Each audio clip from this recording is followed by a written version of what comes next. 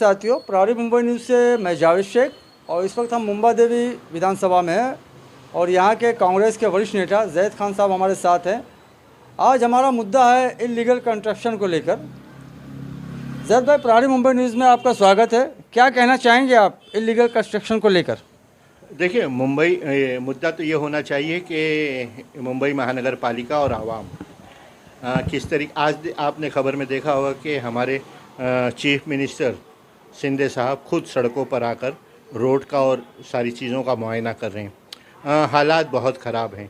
मुंबई महानगर पालिका चुनाव नहीं होने की वजह से मतलब सरकार मुंबई महानगर पालिका की निगरानी कर रही है।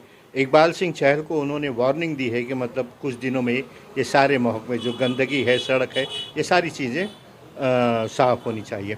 आपने गैरकानूनी इमारतों की जो बात की है, मैं आपको याद दिलाऊं कि जब आज के चीफ मिनिस्टर जब अर्बन डेवलपमेंट मिनिस्टर थे, हमारे यहाँ के मकामी एमएलए ने इस बात को मुद्दा बनाया था कि जो बिल्डिंगें 2 माले की है 8 माला क्यों होती हैं। ये सारी बातें हुई थी।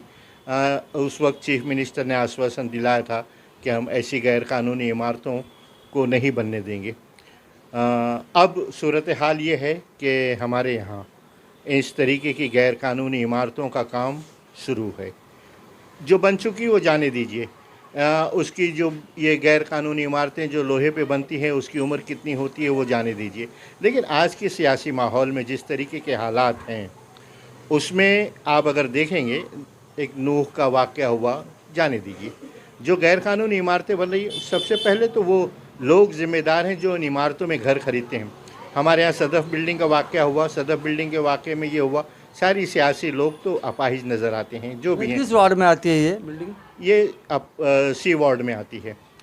उसमें तमाम लोगों ने आश्वासन दिया, लेकिन कोई कानून के आगे सब बेबस है। जो गैरकानूनी है वो गैरकानूनी है, उसमें आप कुछ नहीं कर सकते। देखिए, अभी फ़िलहाल मैं बताऊँ आपको, मैं उस ऐसी निशानदेही नहीं करूँगा जिससे ऐसा लगे कि मेरा कोई इंटरेस्ट है या किसी का कोई इंटरेस्ट है। हम ये कहते हैं कि आप ऐसी गैरकानूनी इमारतों में, गैरकानूनी रिहाइश का पर आप जब जाते हैं तो देखिए आज के सियासी हालात अच्छे नहीं हैं। आज अगर कुछ थोड़ी सी बात हो जाए तो कब कहाँ पे बुलडोज़र चलेगा किसी को पता नहीं है। आपने देखा है कि मतलब कैसे हालात बनते जा रहे हैं। जी नहीं, जिस तरह से जो आप अभी कहा है कि लीगल कंस्ट्रक्शन को 2 माले की 8 माले की बन जाती हैं, तो इसका जिम्मेदार कौन है? हाँ, इसका ज़िम्मेदार सबसे पहले वो ब्यूरोक्रेट्स हैं जो ऐसी चीज़ों को फैलता फूलता देखना चाहते हैं। आप जानते हैं इस तरीके की गैरकानूनी इमारतों में जो पैसे मिलते हैं ना, वो आपकी ज़िंदगी में जो पेंशन तैयार होती है उससे, एक इमारत में उससे ज़्यादा पैसे मिलते हैं। तो पॉलिटिशियंस को भी इस पे निगाह रखनी चाहिए। अमीन पटेल साहब ने आवाज़ उठाई थी हाउस में। हमारे बी वार्ड में मैं बताऊं आपको कि कुलाबा का जो एरिया है वहाँ के भी एमएलए आते हैं जो बीजेपी के हैं, स्पीकर हैं। अगर वो चाहें तो ऐसे कामों को मिनटों में चुटकी बजाते हुए रोक सकते हैं, लेकिन पता नहीं क्यों इस तरीके की बातें नहीं होती, वो खामोश हैं। अभी काजी सैयद स्ट्रीट में भी एक मामला होने जा रहा है जहाँ पर ऐसे लोगों को रोकना चाहिए। वो बिल्डर पैसा कमा के चला जाएगा, ब्यूरोक्रेट्स अपना हिस्सा लेके चला जाएगा। आज तो कोई नगर सेवक या वो मतलब है नहीं, वो सारे हिस्से बढ़ जाएंगे, लेकिन बाद में मरता कौन है? आवाम मरती है। नहीं, जिस तरह आवाम लेती है, बिल्डिंग को डेमोलिश किया जाता है तो आवाम तो रोड पे आ जाती है, लेकिन जो बीएमसी के आला अधिकारी है जिनकी निगरानी में ये बना है तो वो क्या कर रहे थे?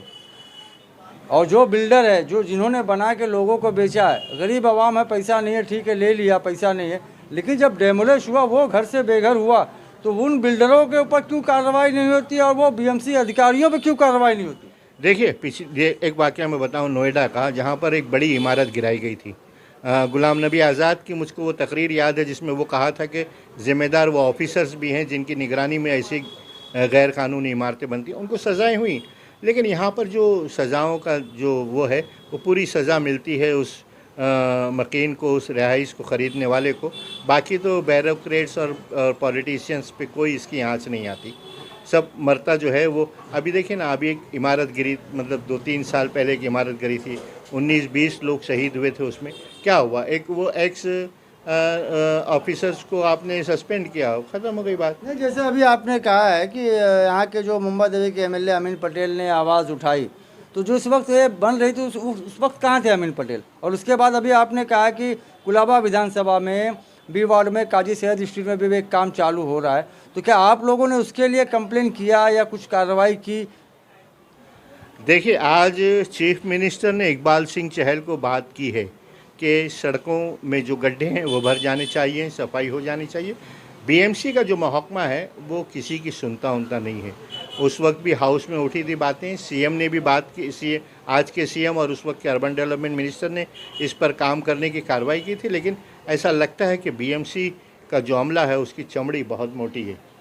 तो अब आप सरकार से क्या चाहेंगे कि इन अधिकारियों पे भी कार्रवाई हो और ये जो बिल्डर हैं जो इलीगल कंस्ट्रक्शन करते हैं उन पर भी कार्रवाई होनी चाहिए?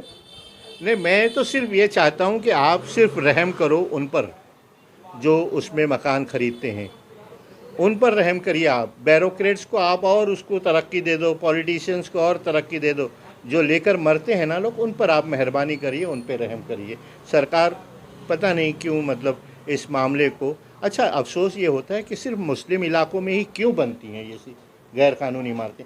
आप जाइए लाल बाग, परेल, जो ओपेरा हाउस या दूसरी जगहों पे, सर यहाँ बनाने वाले कौन और यहाँ लेने वाले भी मुस्लिम है, बनाने वाले भी तो मुस्लिम हैं। बनवाने वाले कौन हैं? असल में वजह क्या है, जो जड़ है ना बनवाने वालों पे, आप बनवाने की इजाज़त क्यों देते हैं?